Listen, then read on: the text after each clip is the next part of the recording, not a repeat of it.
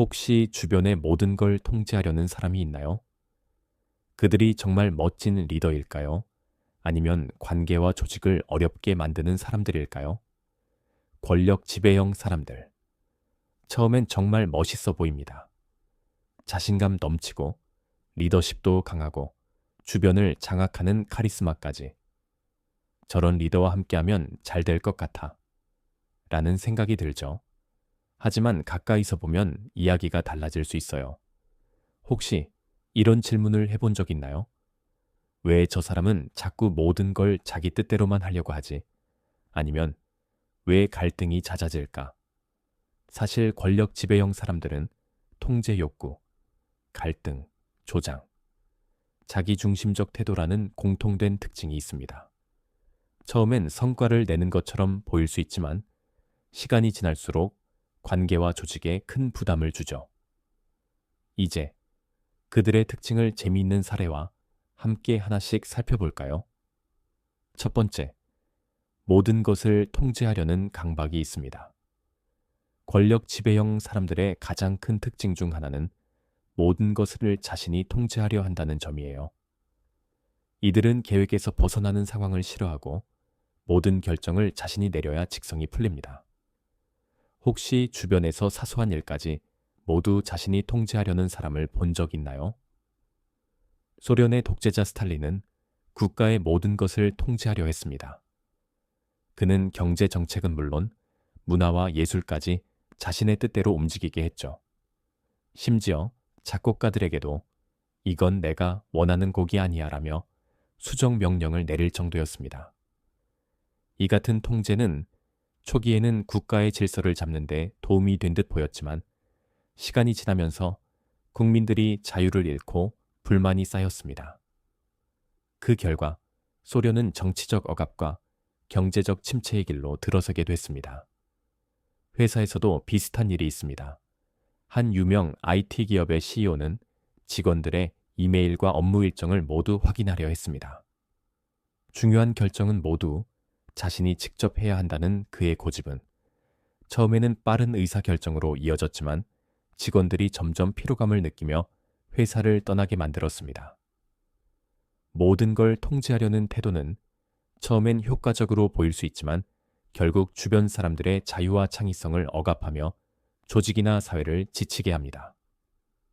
두 번째, 카리스마 뒤에 숨은 이기심이 있습니다. 권력 지배형 사람들은 강력한 카리스마로 사람들을 매료시킵니다. 그러나 그 카리스마가 개인적인 욕심을 위한 도구로 변질될 때 그들은 조직과 사회의 심각한 문제를 일으킬 수 있습니다.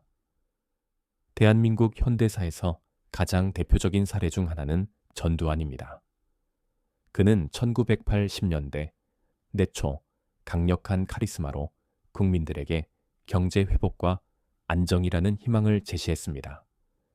당시 그는 잘 살아보자라는 슬로건과 함께 군사 독재를 정당화하며 많은 사람들에게 리더로서의 이미지를 구축했죠.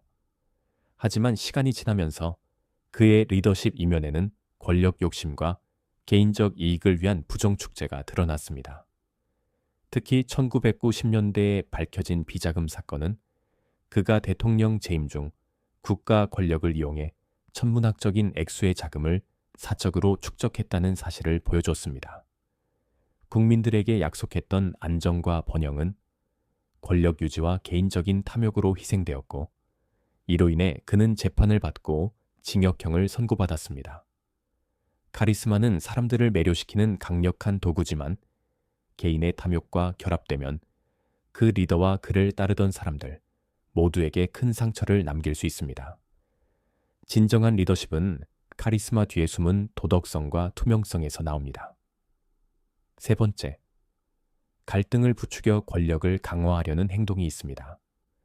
권력 지배형 사람들은 갈등을 부추겨 자신의 위치를 강화하려는 경향이 있습니다. 이런 전략은 사람들 간의 신뢰를 깨뜨리고 협력을 방해하지만 그들에게는 자신이 꼭 필요한 존재처럼 보이게 만드는 효과를 줍니다. 1930년대 독일에서 히틀러는 경제적 위기와 사회적 불안을 이용해 특정 집단을 희생양으로 삼았습니다. 그는 유대인들이 독일의 모든 문제를 일으킨 원인이라고 주장하며 대중의 분노를 그들에게 돌렸죠. 예를 들어 그는 유대인들은 독일 경제를 망친 탐욕스러운 사람들이다. 그들이 우리 일자리를 빼앗고 있다며 반복적으로 선동했습니다. 이 전략은 놀라울 정도로 효과적이었어요. 대중은 히틀러의 말을 믿고 유대인이라는 공통의 적을 설정했습니다. 그 결과 독일 국민들은 히틀러의 정책을 적극적으로 지지하며 그를 지도자로 떠받들었죠. 하지만 이러한 갈등 조장은 유럽 전역에 전쟁과 학살을 초래하며 인류 역사상 가장 끔찍한 비극 중 하나를 낳았습니다. 갈등을 조장해 권력을 유지하려는 전략은 단기적으로는 효과가 있을지 몰라도 결국 사회에 깊은 상처를 남깁니다. 진정한 리더는 갈등을 이용하지 않고 이를 해결해 모두가 협력할 수 있는 환경을 만드는 사람입니다. 네 번째, 비판을 억누르려는 과민 반응이 있습니다.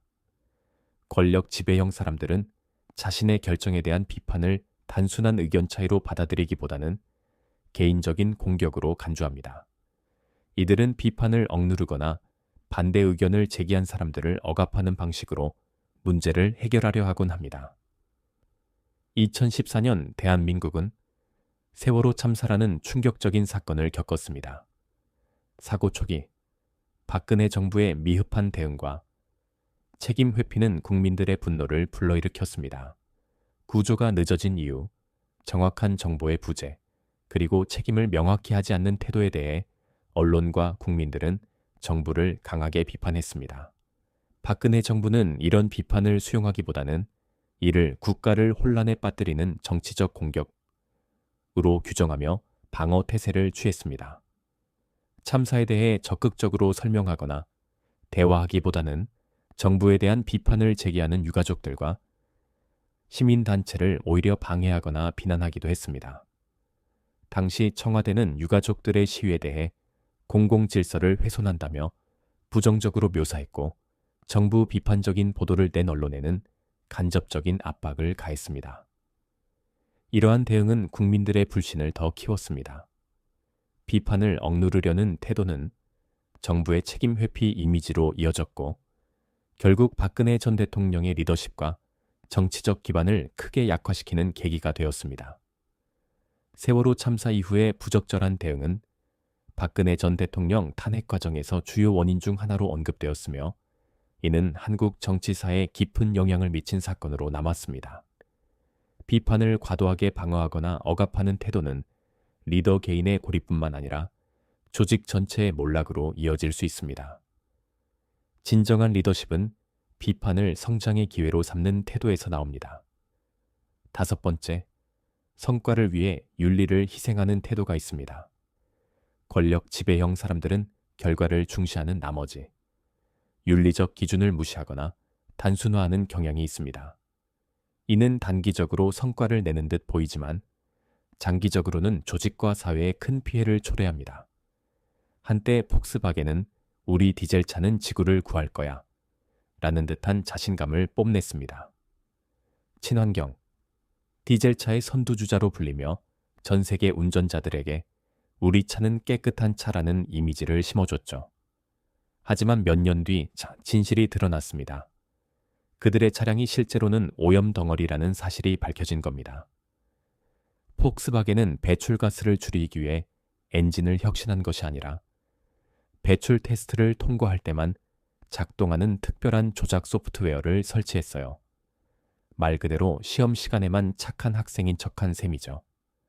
진실이 폭로되자 전 세계 운전자들은 배신감을 느꼈고 회사는 수십억 달러의 벌금을 내야 했습니다. 우리는 환경도 고객도 속이지 않았어 라고 외치던 그들의 이미지는 완전히 무너졌습니다. 윤리를 무시한 성과는 일시적으로 성공처럼 보일 수 있지만 결국 조직과 사회에 엄청난 대가를 치르게 만듭니다. 진정한 리더십은 성과와 윤리적 책임을 균형 있게 유지하는 데서 나옵니다. 권력 지배의 형. 사람들의 특징 5가지에 대해 정리해 보겠습니다. 첫 번째, 모든 것을 통제하려는 강박이 있습니다. 두 번째, 카리스마 뒤에 숨은 이기심이 있습니다. 세 번째, 갈등을 부추겨 권력을 강화하려는 행동이 있습니다. 네 번째, 비판을 억누르려는 과민 반응이 있습니다. 다섯 번째, 성과를 위해 윤리를 희생하는 태도가 있습니다. 이런 권력 지배형 사람들을 대처하는 방법 5가지를 알려드리겠습니다. 첫 번째, 명확하게 거절하며 자신의 경계를 지킵니다. 두 번째, 갈등에 말려들지 않고 이성적으로 대처합니다. 세 번째, 피드백은 객관적이고 간결하게 전달합니다. 네 번째, 신뢰할 수 있는 사람들과 협력해 지지체계를 만듭니다.